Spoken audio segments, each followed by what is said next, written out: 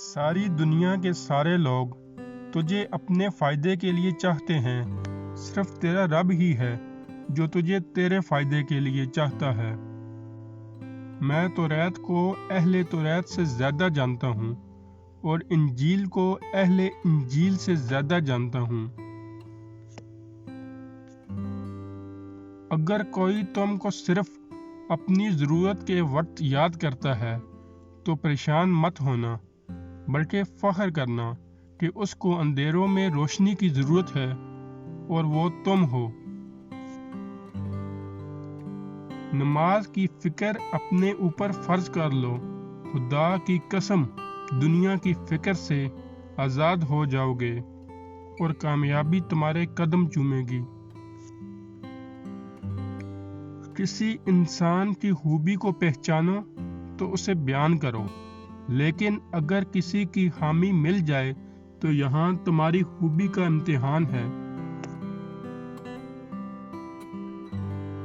ہوشیار انسان کی اصل اس کی عقل ہے اور اس کی جوانمردی اس کا اخلاق ہے۔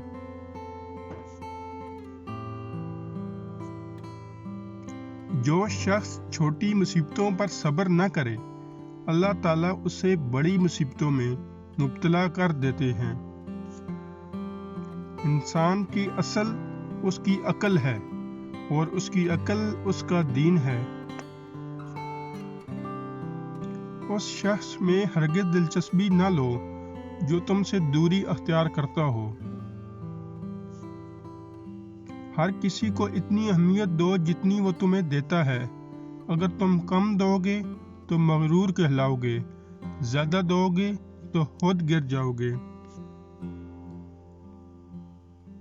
انسان کو اچھی نیت پہ وہ انعام ملتا ہے جو اچھے اعمال پہ نہیں ملتا، کیونکہ نیت میں دکھاوا نہیں ہوتا۔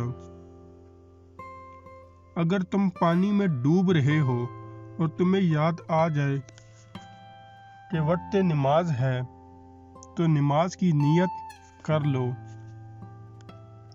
اچھا دوست چاہے جتنی بار روٹھے، اسے ہر بار منا لینا چاہیے، کیونکہ تسبیح کے دانے چاہے جتنی بار بکھریں چن لیے جاتے ہیں۔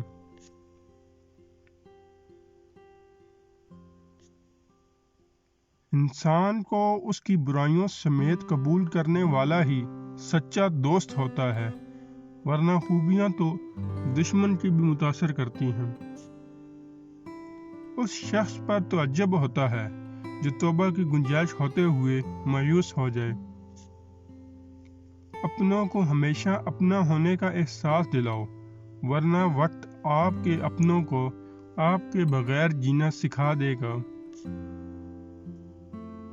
سورج کی کرنیں زمین پر پڑنے سے پہلے اٹھ جایا کرو، کیونکہ اس وقت رزق تقسیم ہو رہا ہوتا ہے۔ جانور میں خواہش اور فرشتے میں عقل ہوتی ہے، مگر انسان میں دونوں ہوتی ہیں۔ اگر وہ عقل کو دبا لے تو جانور اور خواہش کو دبا لے فرشتہ۔